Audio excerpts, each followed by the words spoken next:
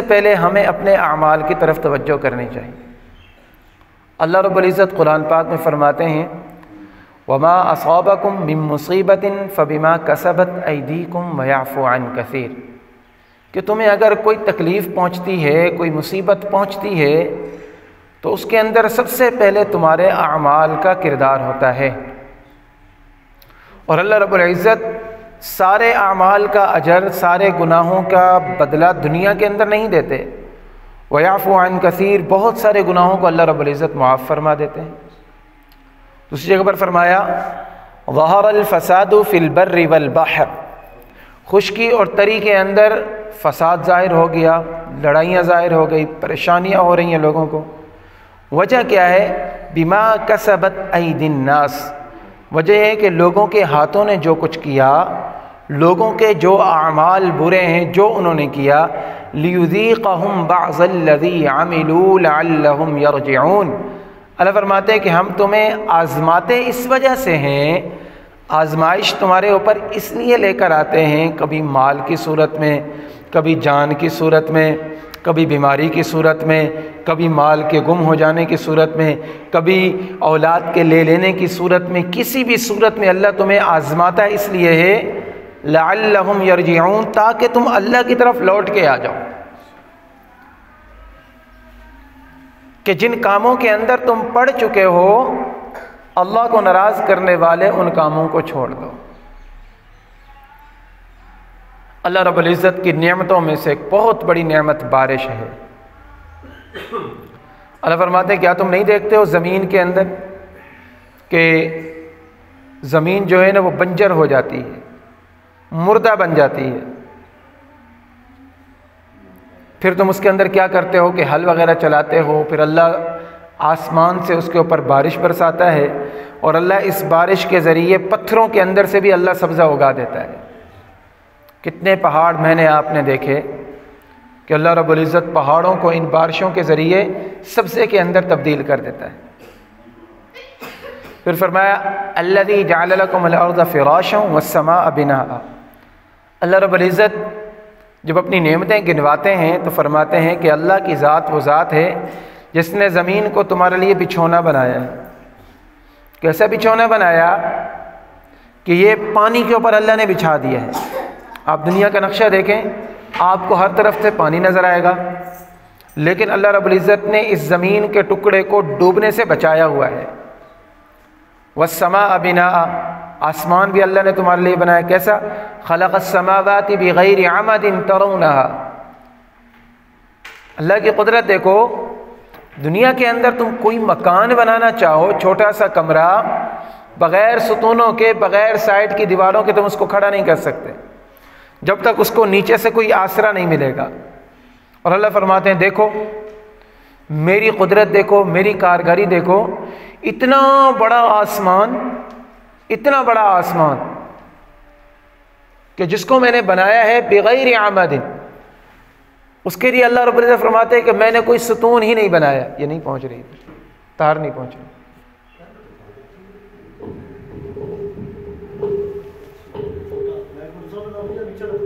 نیچے رکھ۔ خلق السماوات بغیر عمد ترونها والقى في الارض رواسي، زمین کے اوپر اللہ رب العزت نے پہاڑ رکھے۔ وہ کیسے رکھے؟ کہ زمین کے اوپر پہاڑوں کو اللہ رب العزت نے میخ کے طور پر لگا دیا ہے۔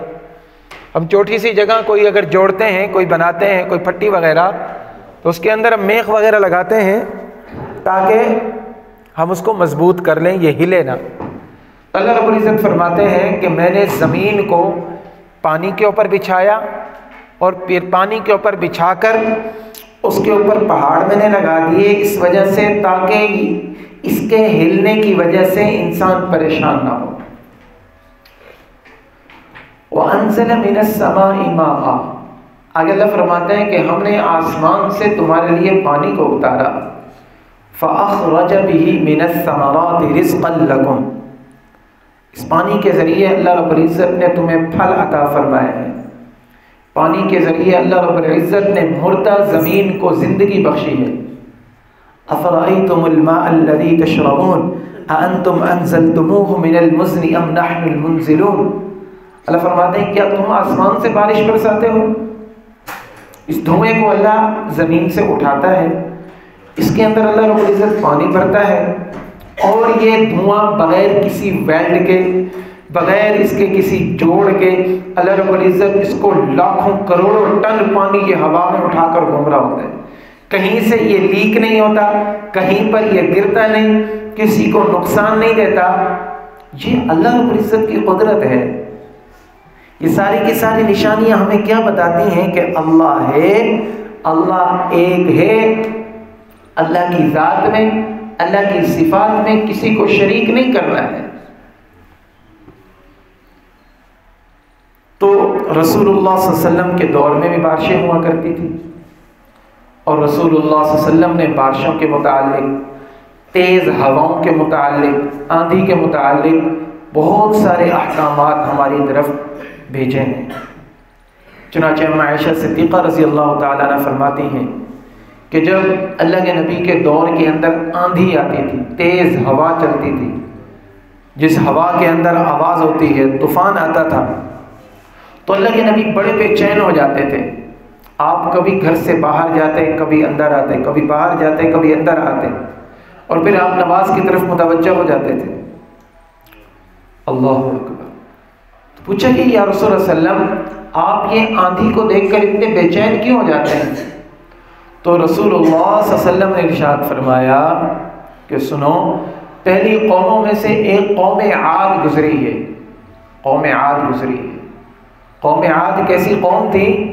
اتنے بڑے ان کے قد تھے، اتنے تناور وہ لوگ تھے، کتابوں کے اندر لکھا ہے کہ اتنے ان کے قد اور طاقت تھی کہ اگر وہ ہاتھ کے ذریعے ایسے کھجور کو نکالتے تو کھجور کو جڑ سے نکال کر اوپر لے کر آ جاتے تھے۔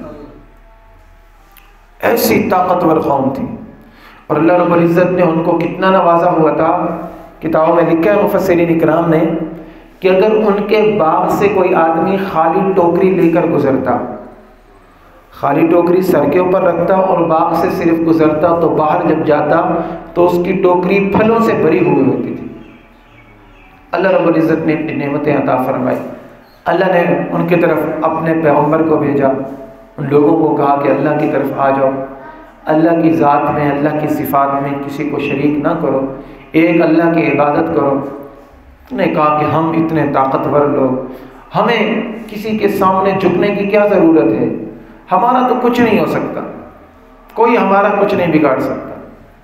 اللہ رب العزت نے ان کے لیے ایسا عذاب بھیجا جو غیر مرئی تھا، نظر بھی نہیں آتا تھا۔ بادل آیا، انہوں نے دیکھا، دیکھو ہمارے پاس بارش آنے والی ہے، اور حدیث پاک کے اندر آتا ہے کہ ان کے اوپر تیز ہوا چلی، آندھی آئی، طوفان آیا، بارش آئی، اور اتنی تیز ہوا آئی کہ وہ سارے کے سارے مر گئے وہاں پر۔ اور پھر لکھا ہوا ہے کتابوں میں کہ جب وہ قوم عاد کے لوگ مرے ہوئے پڑے تھے، ایسے لگتا تھا کہ بڑے بڑے درخت گرے ہوئے ہیں۔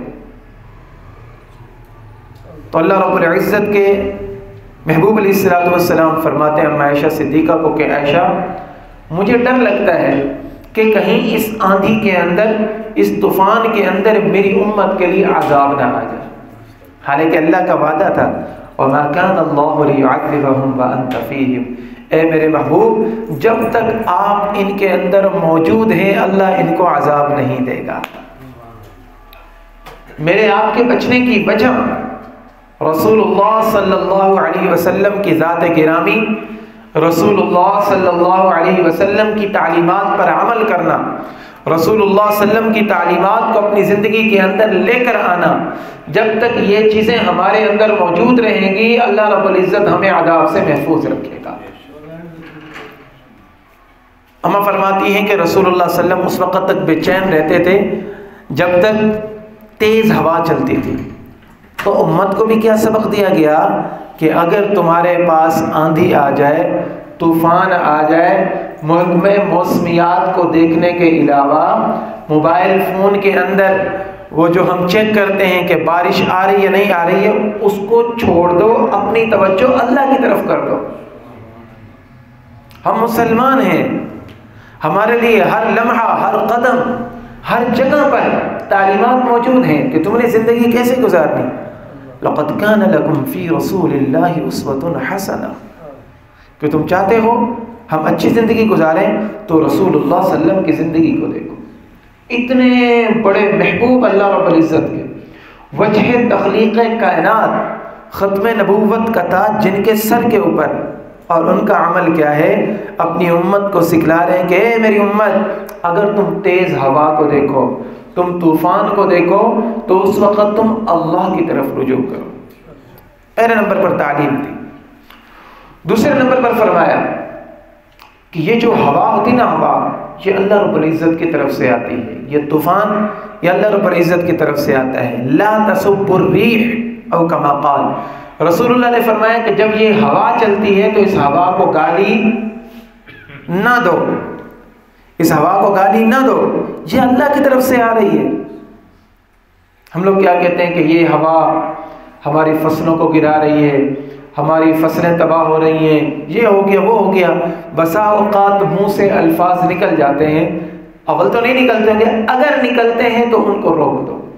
رسول اللہ صلی اللہ علیہ وسلم نے فرمایا کہ اس موقع کے اوپر اگر تمہاری فصلوں کو نقصان ہو رہا ہے، تمہیں نقصان ہو رہا ہے، تیز ہوا آ رہی ہے، تو اللہ رب العزت سے دعا مانگو کہ اے اللہ اس ہوا کے اندر جو اچھائیاں ہیں وہ اچھائیاں ہمیں عطا فرما دے، اس ہوا کی اچھائیاں ہمیں عطا فرما دے، اور اس ہوا کی برائیوں سے ہمیں محفوظ فرما دے.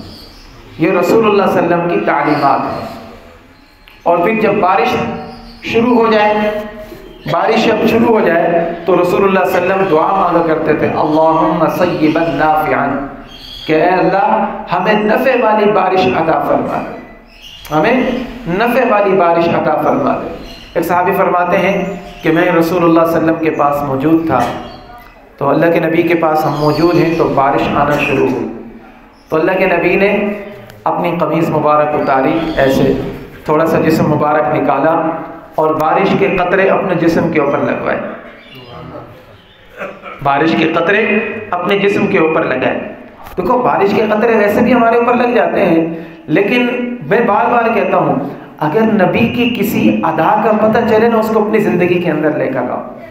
اب اگر کبھی بارش ہو تو ایک مرتبہ اپنی قمیض اتار کر اس نیت سے کہ میرے محبوب نے یہ کام کیا تھا، کس نیت سے؟ اس نیت سے کہ رسول اللہ صلی اللہ علیہ وسلم نے صحابہ کرام کے سامنے یہ کام کیا، آپ نے اپنے جسم مبارک کے اوپر بارش لگوائی. تو صحابہ کرام نے پوچھا، اللہ کے نبی نے فرمایا یہ اللہ کی رحمت ہے، یہ اللہ کی رحمت آ رہی ہے. تو اس لیے کبھی کبھی ہمیں بھی چاہیے کہ اس سنت کو زندہ کریں. پھر صحابہ کرام فرماتے ہیں کہ ہم نے رسول اللہ صلی اللہ علیہ وسلم کو سنا، ایک مرتبہ علیہ الصلوۃ والسلام نے دعا کروائی، بارش بہت زیادہ ہو گئی. جب بارش زیادہ ہو جائے اور فصلوں کو نقصان دینے لگے، پھر بھی یہ نہیں کہنا چاہیے کہ اللہ بارش کو روک دے، کہ بارش فائدے والی ہوتی ہے. تو رسول اللہ صلی اللہ علیہ وسلم نے اس موقع کے اوپر بھی ہمیں دعا سکھلائی ہے. فرمایا تم یہ دعا مانگو، اللہم حوالینا ولا علینا، اے اللہ اس بارش کو، اس رحمت کو ارد گرد پھیلا دے. اے اللہ ان کو ایسی وادیوں کے اوپر بھیج دے جہاں پر ضرورت ہے. اے اللہ اس کو پہاڑوں کے اوپر بھیج دے. اے اللہ اس کو ایسے درختوں کی طرف بھیج دے جہاں پر ضرورت ہے، وہ درخت اگنا چاہتے ہیں، وہاں پر بارش نہیں ہے، تو اے اللہ اس بارش کو وہاں پہنچا دے. یہ دعا مانگنی چاہیے. بارش اللہ کی رحمت ہوتی ہے. اس لیے بارش کے متعلق جب بارش آ جائے تو بہت سارے احکامات ہماری طرف آتے ہیں. اس لیے رسول اللہ صلی اللہ علیہ وسلم نے ایک موقع پر فرمایا، بارش کے متعلق ہے، فرمایا کہ جب بارش ہو رہی ہوتی ہے اور جب اذان ہو رہی ہوتی ہے تو اللہ سے دعا مانگی کرو. دو موقع ایسے ہیں، بہت سارے مواقع ہیں، اس حدیث کے اندر دو موقع بتایا گیا ہے کہ ان دو موقعوں پر اگر اللہ رب العزت سے دعا مانگو گے تو اللہ تمہاری دعا کو رد نہیں کرے گا، تمہاری دعا کو قبول کرے گا. فرمایا ایک بارش برس رہی ہو اس وقت اور دوسرا جب اذان ہو رہی ہو اس وقت. ان دونوں موقعوں پر اگر اللہ رب العزت سے دعا مانگو گے تو اللہ تبارک و تعالیٰ تمہاری دعا کو رد نہیں فرمائے گا، تمہاری دعا کو قبول فرمائے گا. یہ تو ہو گئے بارش کے متعلق احکام. اب بارش بے موسم کیوں آتی ہے؟ فصل پک چکی ہے، ضرورت نہیں ہے، بارش کے آنے کی وجہ سے کسان پریشان ہے کہ بارش کیوں آ رہی ہے، کسی نے تھریشر لگوانی ہے، کسی نے گندم کاٹنی ہے، کسی نے کوئی کام کرنا ہے، فصل پک چکی، بارش کی ضرورت نہیں، اب بارشیں کیوں آتی؟ رسول اللہ صلی اللہ علیہ وسلم نے ارشاد فرمایا کہ بے موسم بارشوں کا آنا، پکی ہوئی فصلوں پر بارشوں کا آنا، یہ اللہ رب العزت کی ناراضگی کی علامت ہوتی ہے، اللہ کی ناراضگی کی علامت ہوتی ہے۔ اللہ کو راضی کیسے کیا جائے؟ سب سے زیادہ آسان اللہ کو راضی کرنا ہے، ہم راضی کرنے والے بنے۔ اللہ فرماتے ہیں لا تقنطوا من رحمت اللہ، میری رحمت سے مایوس نہ ہونا، ان اللہ یغفر الذنوب جميعا، اللہ تیرے سارے گناہوں کو معاف کر دے گا۔ سب سے پہلے گناہوں کے ماحول کو چھوڑو، جس گناہ کے اندر میں اور آپ مبتلا ہیں، مجھے آپ کو پتہ ہے کہ کس وجہ سے یہ ہو رہی ہے بارش، کس وجہ سے ہماری فصلوں کو نقصان ہو رہا ہے، اگر ہمیں پتہ ہے تو اس کے اوپر استغفار کرے، اس گناہ کو چھوڑ دیں۔ پتہ نہیں ہے پھر بھی اللہ رب العزت کے حضور استغفار کرے۔ اللہ کے محبوب نے فرمایا ہے کہ عذاب کو ٹالنے والی چیز، اللہ کی ناراضگی کو دور کرنے والی چیز استغفار ہے۔ وما كان الله معذبهم وهم يستغفرون، اللہ فرماتے ہیں کہ جب تک تم استغفار کرتے رہو گے، اللہ رب العزت کے سامنے اپنے گناہوں کو پیش کر کے اللہ کے سامنے توبہ استغفار کرتے رہو گے، اللہ تمہیں عذاب نہیں دے گا، اللہ تمہیں عذاب نہیں دے گا۔ حضرت یونس علیہ السلام کی قوم، انہوں نے اپنی قوم کو سمجھایا کہ اے میری قوم، تم میرے اوپر ایمان لے کر آؤ ورنہ تمہارے اوپر اللہ کا عذاب آ جائے گا۔ اب یونس علیہ السلام نے یہ وارننگ دی اور آپ چلے گئے سمندر کی طرف، کشتی میں بیٹھے آپ چلے گئے۔ اب تک عذاب کے آثار ظاہر نہیں ہوئے تھے، تو قوم کا سردار اور بادشاہ، یہ سارے کے سارے لوگ جو ہے اکٹھے ہو گئے ایک میدان کے اندر۔ انہوں نے کہا کہ پہلے بھی بہت ساری لوگ قومیں ایسی ہوئی ہیں کہ ان کے اوپر عذاب آیا ہے اور ہمارے پر بھی آ سکتا ہے عذاب۔ نے کہا اب کیا کریں، نبی تو ہمارے درمیان موجود نہیں ہے، وہ چلے گئے۔ تو بادشاہ نے کہا کہ ایسے کرو، تم سارے کے سارے 1,00,000 کے قریب، قرآن میں آتا ہے 1,00,000 کے قریب یا اس سے زیادہ آدمی تھے، ایک میدان کے اندر جمع ہو گئے اور سب نے اللہ کے حضور توبہ کی کہ اے اللہ، ہم نے وقت کی نبی کی بات کو نہیں سمجھا، ہم سے غلطی ہو گئی، ہمیں معاف فرما دیں۔ واحد قوم جس کے استغفار کی وجہ سے، اجتماعی توبہ کی وجہ سے اللہ نے عذاب کو ٹال دیا، وہ حضرت یونس علیہ السلام کی قوم تھی۔ وہ تو وان کر کے گئے قوم کو، لیکن وقت نہیں بتایا، تو قوم کے دل کے اندر آ گیا، تو اللہ رب العزت نے ان کے توبہ کرنے کی وجہ سے ان کے اوپر جو عذاب آنے والا تھا اس کو ٹال دیا ہے۔ اگر قوم اجتماعی طور پر توبہ کر لے، حدیث پاک کے اندر آتا ہے کہ مخلوق کے دل اللہ کی 2 انگلیوں کے درمیان ہیں، قدرت کی، یہ جتنے حکمران ہیں یہ سارے کی ساری مخلوق ہیں اللہ کی۔ اگر ساری کی ساری عوام اللہ رب العزت کی نافرمانی کو چھوڑ کر فرما برداری والے کام کے اندر لگ جائے تو حکمرانوں کے دلوں کو اللہ تبدیل کر دے گا۔ آج جس کا بس جہاں پر چلتا ہے وہ عوام کو الٹی چھری کے ساتھ کاٹنے پر لگا ہوا ہے، جس کا بس جہاں پر چلتا ہے وہ ظلم کرنے لگ جاتا ہے، بےایمانی کا بازار گرم کر دیا جاتا ہے، لوگوں کو دھوکہ دیا جاتا ہے، فراڈ کیا جاتا ہے، سود لیا جاتا ہے، رشوت لی